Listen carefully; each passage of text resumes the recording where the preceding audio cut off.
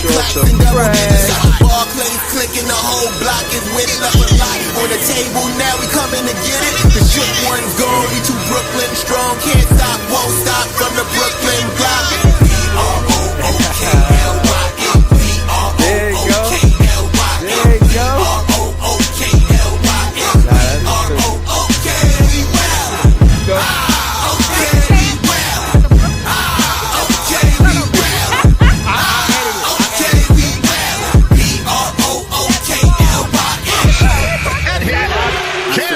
Just give me the ball, I'm fitting the score next. My J is all net, me and Jay just all next. Getting back on defense, hit him with strong flex. I'm official like a ref, trying not to get attacked. And we go hard on Brooklyn, that's a promise. Watch me like a Cam, cause it's my time. Make sure watch me like a Cam, cause it's my time. Switch, they can't guard me, especially side the Barclays. Spin between crosses, I can score with both hands. Midi flawless, and I get to play like an artist. I'm a boss smith, so you should respect my handle. I see the big picture with the nets like a mantle. In the future, I see us as champs too. And when we do, I'ma do a Brooklyn dance move. To stir that whole Millie rock like a FanDuel. And that's a bet like my parlay on FanDuel. B-R-O-O-K-L-Y-N. B-R-O-O-K-L-Y-N. B-R-O-O-K-L-Y-N.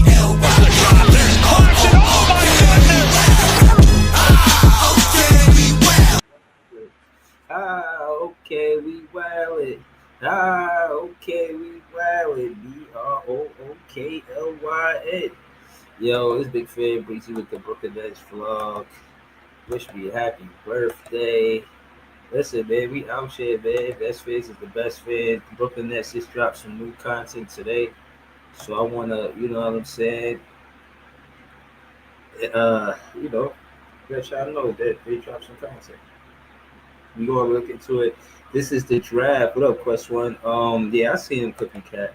Yeah, they tried to ask him to walk it back. He ain't really walk it back.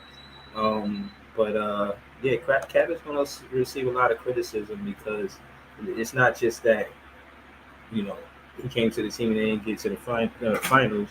You know, the coach got fired. It's just a lot around it and showing that it's like a players, how much power players got. You know what I'm saying? But again, I digress. This is Nets legend Kenyon Martin, Derek Coleman, Kenny Anderson, and Buck Williams share draft stories. So, you know what I'm saying? Shout to Daniel Berry Sports Highlights. Shout to Love and Harry's, Mrs. Gorillas. She said good evening. You know what I'm saying? Nets fans are the best fans. We're going to get into this content, see what's going on with the big dogs. You know, all players drafted by the Nets, all legends in their own right. We're going to get into it. You guys were all coming out of the draft same year. What's the draft order? Ooh. That's great. Coming out in the same year. I'll probably be 4. I'll probably be the 4th pick.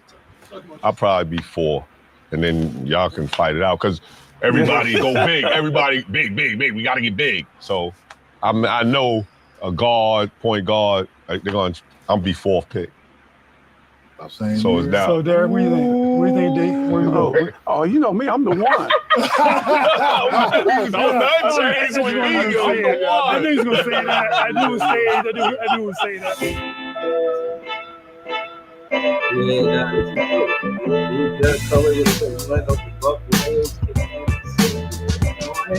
don't know. It's hard to say.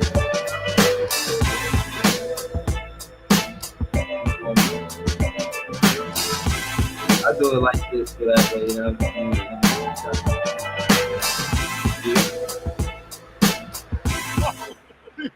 Oh, wow. The night I was drafted, we had to go to New York the night before.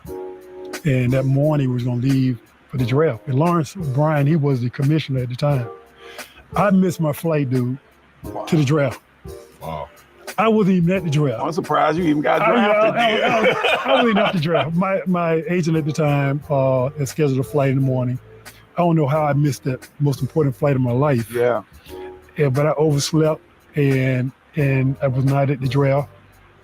New Jersey took me 3rd, and then we later met up at the track. Met the owner, Joe Todd. My man. He was a man. He was good, a great owner, wasn't he? Great. He was one of the best owners. Really wanted to win. Yeah. And but that was my story. I wasn't at the draft. I missed my flight. Who went before you in the draft that year? Isaiah Thomas went number 2, See. which we had played together in the Tornado Olympic team.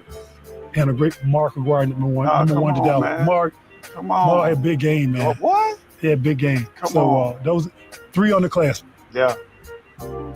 My draft night, and like Ken, you said, we weren't there long.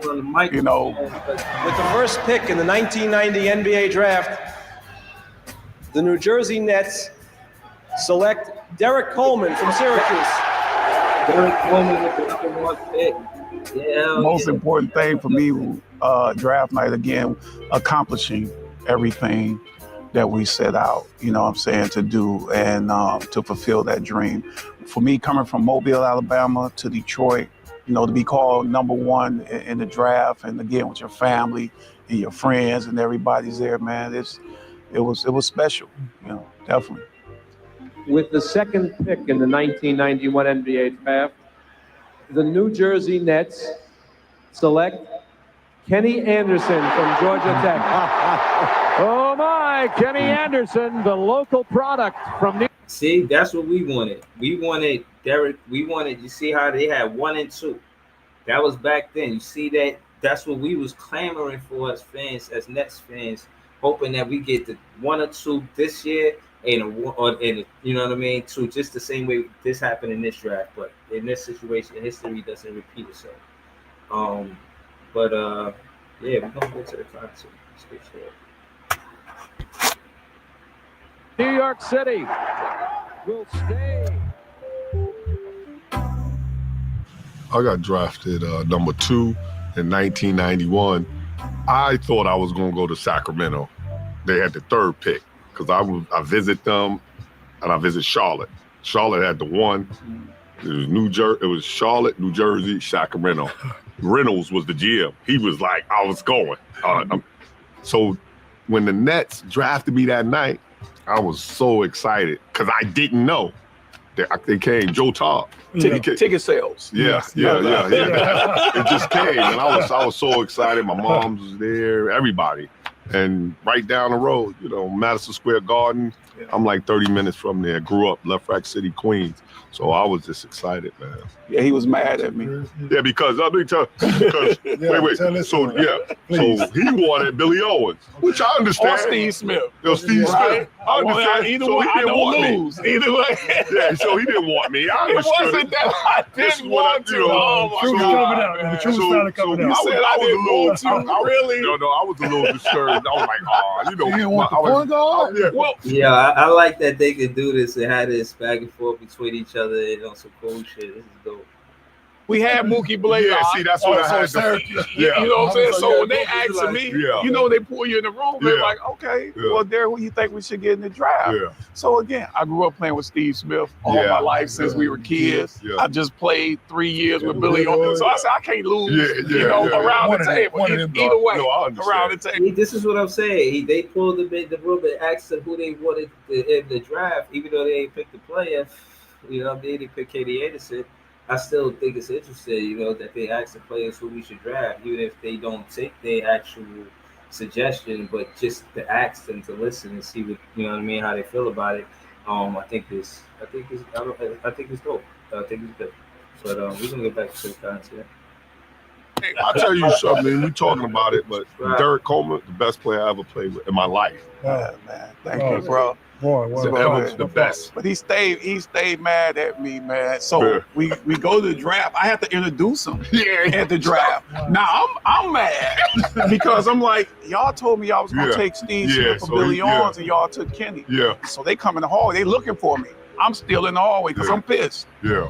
Hey man, can you come and introduce Kenny? I'm like, yeah. Mind you, I took him out on his visit to Syracuse. that's what- you know what I'm saying? Yeah, man. So So it I gets was going to deeper than that. Syracuse. It goes deeper. Yeah. So, He went to Georgia Tech. You know what I'm Yeah. saying? I'm like, yo, you cost me a championship in Yeah, college. yeah, I'm yeah. a point guard. Yeah, You know, when yeah. Sherm left, it Yeah. was over wow. for us. Wow. Yeah. So I introduced him, you know, and fast forward probably 2-3 months later, it was a concert in Westchester. Yeah. And I came in, I went to the concert. So everybody's backstage, you know, Salt and Pepper, Joe the C, whatever. So when I walk backstage, I see Rod Strickland. Yeah. And again, I've been knowing Rod Strickland all my life. You know, we talking and everything. He's like, yo, Kenny's in the room. So when I walk in the room, he pulls, as soon as I walk in the room, and yo, I need to talk to you right now. He pulls me out of the room in the hallway like, yo, I heard you didn't want to draft me. You know everything. You know everything. I'm like, bro, it's not that I want to draft you. They asked me. I told them who I wanted. Yeah, I had a preference. You can't play. Yeah, I had a One of my preference. guys. I had a preference. So we embrace, man, like, bro. Oh, my God, yeah. With the first pick in the 2000 NBA draft, the New Jersey Nets select Kenyon Martin from the University of Cincinnati. Yo, hit the like button, y'all. Hit the like button. You know what I'm saying? Like, share, subscribe. Now, we try to get to 1,000. Shout out to Quest World. We out here. Word.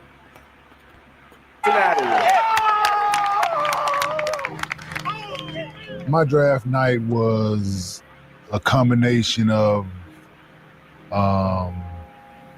relief from childhood traumas and financial instabilities as a kid. My mom never owning a house, never having a car, never owning anything, having to catch the bus to go to the grocery store. Right, that night was that. The hard work at Cincinnati was coming through, but coming off the injury, like that was my biggest, like all that together. Just the lead up to the draft, everybody like, well, we don't know if he's gonna be the same. We don't know if he's gonna play the same. We don't know if he's gonna be this. We saw this, the fit. So so now it's creeping up. The draft is a day away and it's still uncertain, right? You hearing, oh, they might draft this guy, they might draft this guy. So, but just to hear it and, like you said, not be there long. Right. But we all, you want that feeling, right? No, without question. Being that dude, right? Yeah. And from where my freshman year started at Cincinnati, averaging 3.5 points, not being eligible right away, putting in that time, man, then getting hurt and having everything, just all of that, man. Again. All of it, right? Having to basically start all over, right? Yeah. So just all that weight, man, and just to hear your name called, right? And just a relief. It was like a weight lifting, right? My head just dropped to the table, man, and it was that, how my mom there was, and my sister there was special. Especially like just the things that mom was going through at the time before that, like just to have her be a part of that, like I couldn't ask for nothing more. You know what I'm saying? So it's the sacrifice. Yeah. You know, the average person will never understand us, what we've been through in our life through this game of basketball. Yeah. You know, all the sacrifices that we made, you know, again, for family. Yeah. More than anything, not even really for us. I mean, if it was just playing basketball, we'd still be playing. Yeah. But, you know. My thing too is like what the game has done for you guys, changed your life. And just what a privilege the guys on coming for you, how they laid the table, set the table for you. You know, guys like Cooper, Sweetwater Clifton, these guys, man, come on. These real pioneers, man. right? The struggle. It was like, if it wasn't for this, then Lord knows, right? What you be doing. Like I tell people all the time, man, like I graduated high school, man, and I left Dallas 2 weeks after I graduated. I had to get out of Dallas. Man. Yeah, right. You know what I'm saying? If I was gonna be, I had to get out, right? Without question. Never went no gang, ain't never been arrested, never sold drugs, but the environment, right? Yeah. Environment. You know the environment, right? If you don't go. Yo, he talking some real shit. Like, I know nowadays, you know what I mean? It's always going to be nepotism in the NBA where you sons are going to play because their father played or at least have the connections to get to the NBA because of it. And you know what I'm saying? And I'm only saying that to say, but someone like Kenyon Martin, that's not his story, you know what I mean? And, you know, he's telling you the environments that you know what I mean? Sometimes as a, you know, individual have to go through to just keep focused on basketball. I was even part of this web series called Basketball Realities. And you know what I'm saying? It was saying it had a lot of the elements of what Kenyon Martin is talking about. You getting a real account from a Kenyon Martin, but based on what we the dude had wrote in the you know what I'm saying, about the how he wrote the web series. It's kind of like taking a narrative of what Kenyon Martin's life was really like, just as far as the atmosphere and what he's around and why he does what he do, or why he do what he did. Like, you know what I'm saying? It's a good web show. I mean, I'll pull it up for y'all. You know what I'm saying? I got like 1 or 2 scenes. I don't think I'm gonna be back for the after that, but you know what I mean? It was a good experience. You know what I'm saying? But yeah, nah. Back to the concert, man. This shit is real, man. Shout out to the Brooklyn Nets for doing this. Now you done seen it. Yes. Seen other dudes more talented than I was. Yeah, right? You seen question. my Yeah, we neighborhood all man, seen dudes it. more Yeah, talented, yeah, more most skilled for all definitely. these things, and they stick around too long. Yeah. Right? They go to junior college around the way, and they're able to drive back. So that was my thing, right? I couldn't allow myself to go to college or junior college in Texas. But think about what you're saying, Right. though. You understood that even Yeah. at that age. Yeah, I had to. You know, bro. that's tough. Like went back to Dallas once in 4 years. Yeah. My 4 years since that, I went back to Dallas one time, dog. Because you knew. And I tell my friends all the time, man, people that know me, it's like, I didn't have another option. You know, Denzel Washington talks about, you know, falling forward, Yeah. or fail forward or falling forward. Dude, I had no, failure was not an option for me when I came. I couldn't go back home. I lived in a 4-room house my dad built with a 3rd grade education. There's no place for me to go back to. So if I wasn't successful on my own, man, I mean, a lot of support from my family, friends, and the community, there was no place to go back to, dude. And I knew that motivated me, fueled the fire to me to be great, to be the best I could be, because I didn't have any other options at that point. You know, I went to school and I got my degree and all that. But at that time, man, same thing. Fear of failure, man. Yeah, man. But you, poverty, understand that, man, you know, that's a hell of a motivator. You talking that? And, most of these dudes, you know, in my era that came through, man, it wasn't like, well, you know, if I don't make it in basketball, I think I'll go and I'm gonna be an engineer. I'm gonna be a lawyer. That's what really, I think, every night I stepped on that floor, man, I was always very professional. Yes. I appreciated the guys that came before me. Yeah, always. The sanctity of the game, and try to lead the game in a better place that I found it.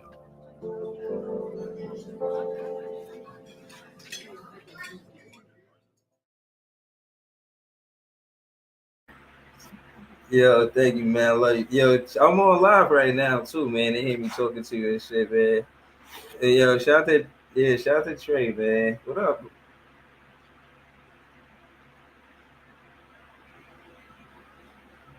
Yeah, nah, hell yeah, man. I appreciate you. It's grand birthday, you know what I'm saying? Happy birthday. All of that.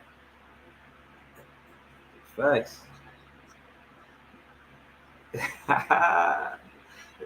Likewise. Nah, I appreciate you, man. Thank you, Trey.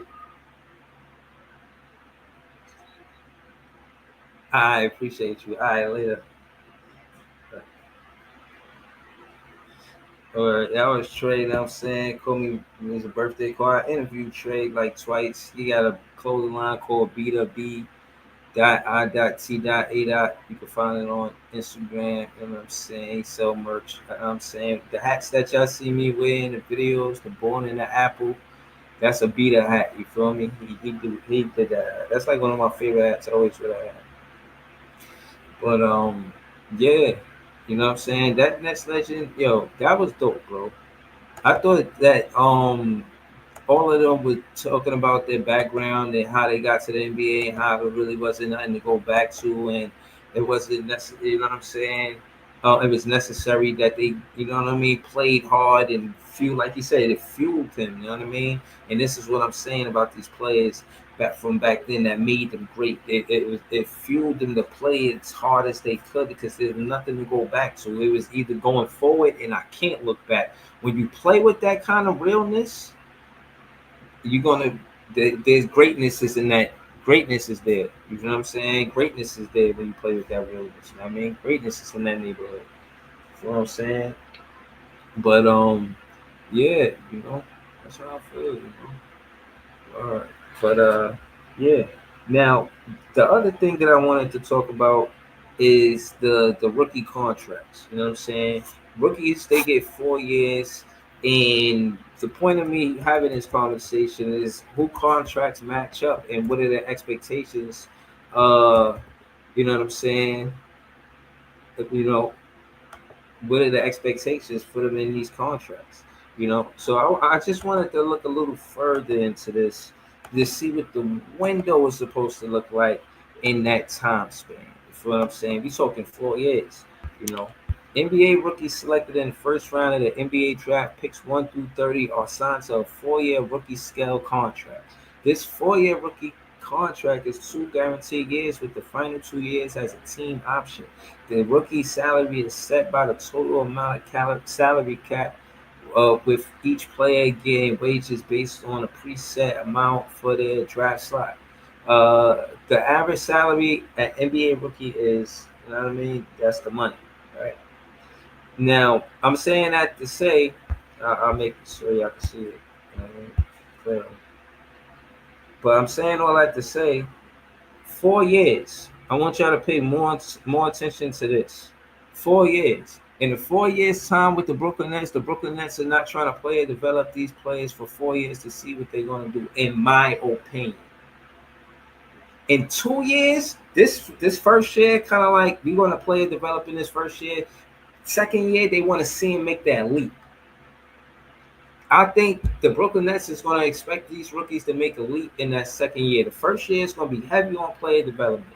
I think they're going to learn how to shoot the three, if you're asking me, you know. I think Jordi Fernandez wants a point guard. And I think him specifically, the most important thing would be a point guard, but it's easy to debate that because the Zach Edey point and, you know what I'm saying, the Sabonis and Jokic point. So, to be honest with you, yeah, I do think it is between, it's probably like 60-40. If I did a poll, I wish you post. If I could, you know what I mean, see what the chat think or X what they think. Is it Fizz or Malawatt? I think it's around 60-40 Fizz right about now. Fizz on a 4-year contract. We definitely trying to see what's going to happen with him in that second year. That's a fact. That's a fact. It ain't no players that we going, no superstars we finna trade for. The only thing that I keep handing out would be interested in is Ant-Man. And Ant-Man want Cam Thomas on his team, so let's talk about it. In my opinion, of course. Now, that being said, when these players get here, and far as winning and what the Brooklyn Nets, in my opinion, their trajectory is, I would say this year they're not going to do that. Next year, I think they're going to want to compete, not compete, but that pick in the 2026 draft is just as important as these picks, or some of these picks in this draft right here. So with that being vital, I'm giving it more, not the 4-year rookie scale contract. I think it's going to be within that second year. I think that second year, the Brooklyn Nets is going to decide whether they want to get a superstar or not. And not to say it like that, these players might be, you know what I'm saying, in a situation. I'm not even going to go there. But what I will say is they got to play as a duo. You know what I'm saying? They got to play as a duo first with Cam Thomas. Before it's about who's going to get traded and be in what package for a quote-unquote superstar. Like I said, Nets fans, y'all shouldn't jump on superstardom because we had a Western Conference champion come together with an Eastern Conference championship player. Both players come together on our team and didn't win the championship. I'm not interested in clamoring for a superstar.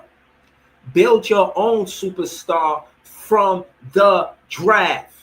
I am for that, more emphasis for that, more than I am trying to get a superstar who became a superstar on a different team. I'm planting my flag right here. So all you Nets fans that might misunderstand Breezy, I hope we understand now. Stop trying to clamor over a superstar that became a superstar on a different team.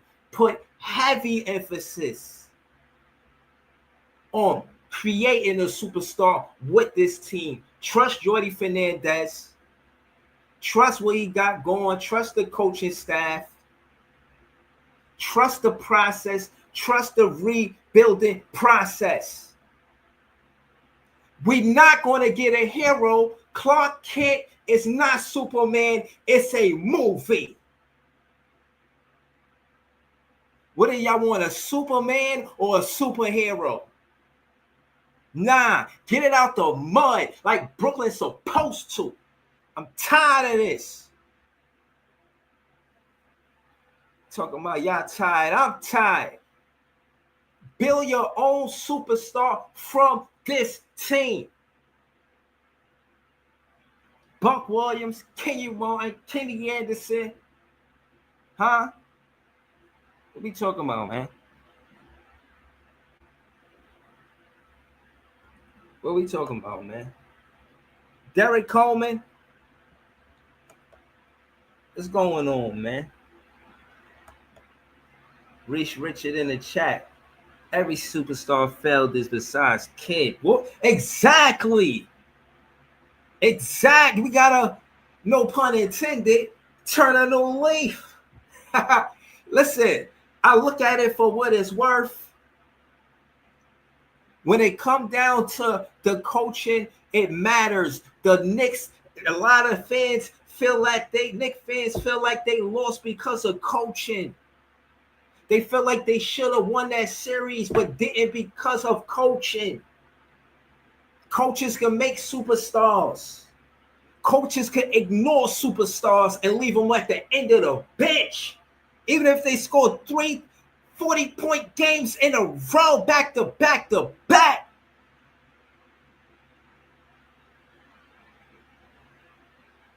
This is the window. This is what the CBA is trying to tell us.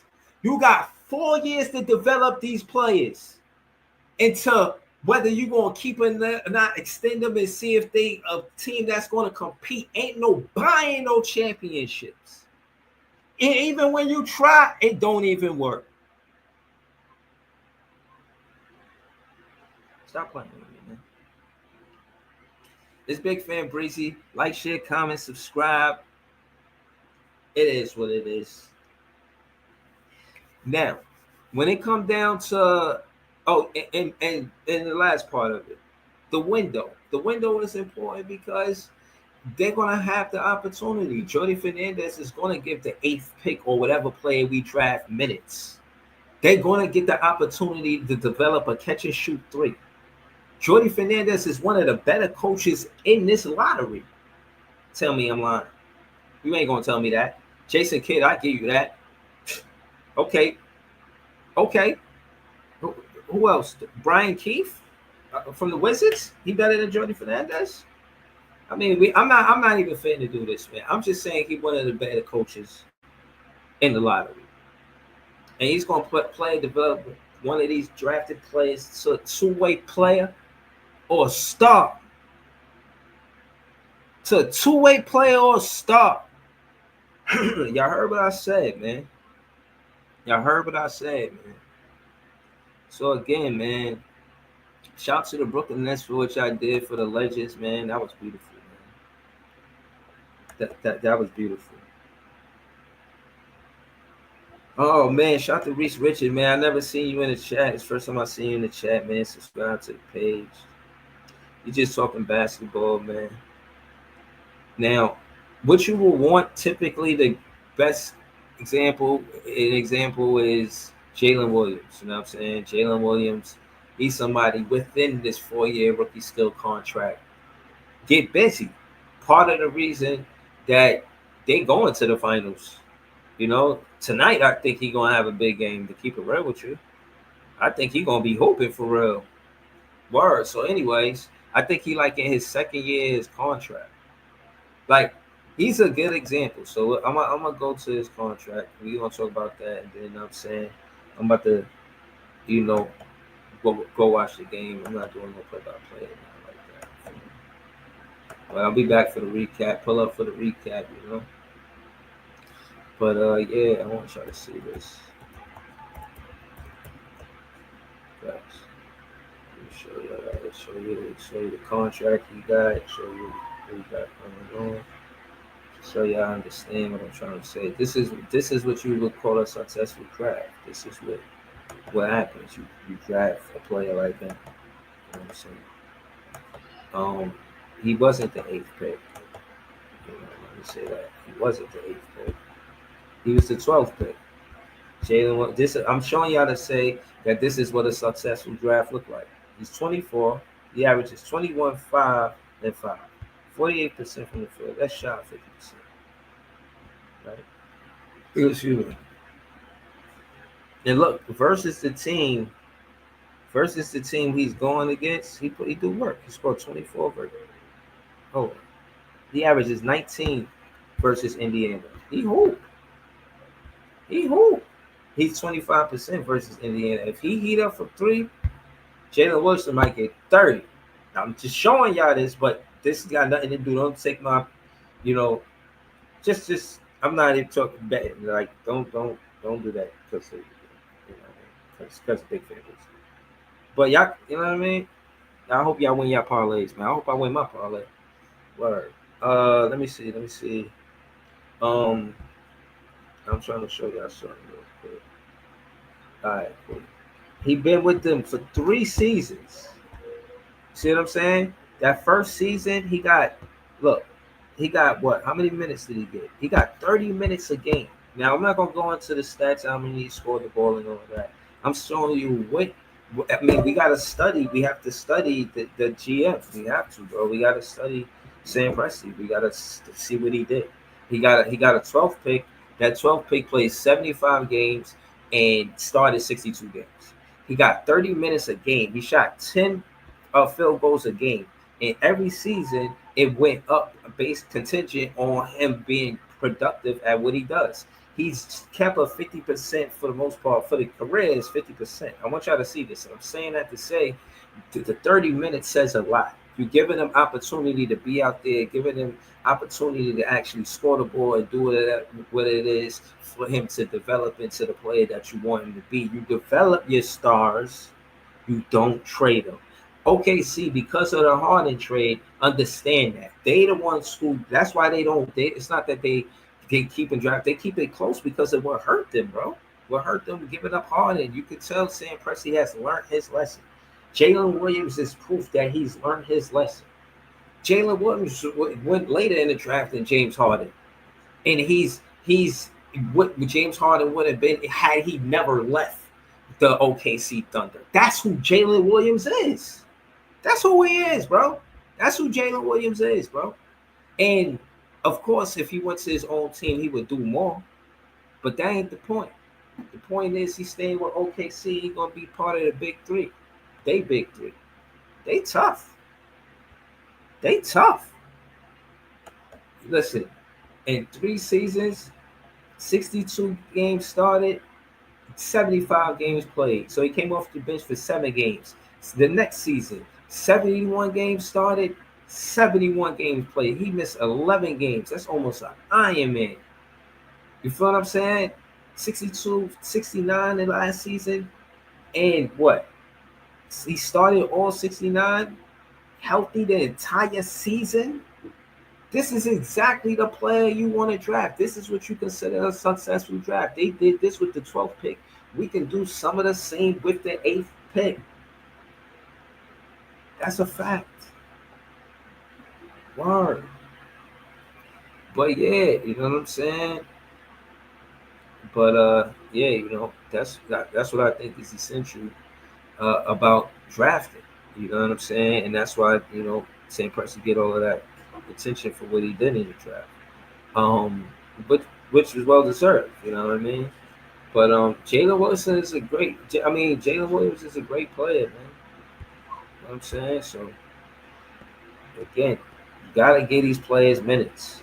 If we give the play, my point is saying all of that. I said that to say this. My point of saying all of that is get the player that we draft, give him 30 minutes a game. Give him 30 minutes a game. Do the same thing. Copy and paste, man. Take exactly what they did with Jalen Williams and do it with whoever we draft. It makes sense to me.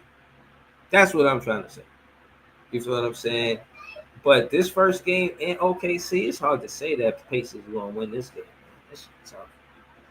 I can't hold you, bro. I gotta give it to maybe the Thunder. You know what I'm saying? I'm not even betting that on a parlay. I'm not even betting who's gonna win or lose this shit.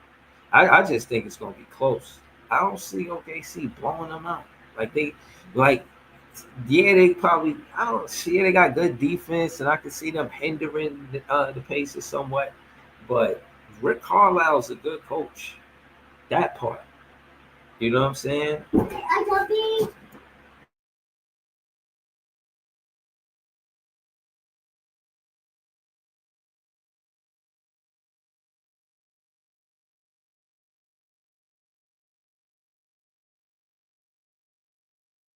My fault.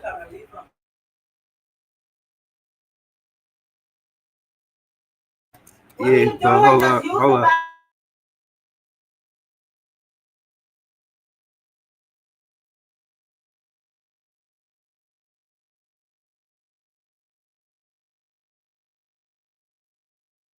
Yeah, yeah, here you go. Um, but yeah, nah, fine, that was that good. But yeah, man, it is what it is, man. I ain't telling y'all who to bet for, nothing like that. But I will say this is what you consider a successful draft. He doing all of this on a rookie contract. The contract is for 4 years. He doing this on a rookie contract, bro. He tough. He tough. This is who y'all compare Cam Thomas to. You're like, yo, he ain't better than Jalen Williams. I don't know. I ain't saying Jalen. Look at how many games this dude played. I'm not debating y'all about if Jalen Williams is better than Cam Thomas. Bro. He has a way more successful career than Cam Thomas for him. Started up and way more opportunity. Cam Thomas averaged 10 shots in his first season, 14 shots in his second season. Nope. 16 shots in his third season. Did he? I don't know. But I want to see that. I do want to see that. I want to contrast them as far as because it's about opportunity too. It's not always about the player. It's about opportunity. So I just want to see that. And I'm not saying that Cam Thomas is better. I'm not saying. Don't worry. I just want to see something real quick. 4 seasons.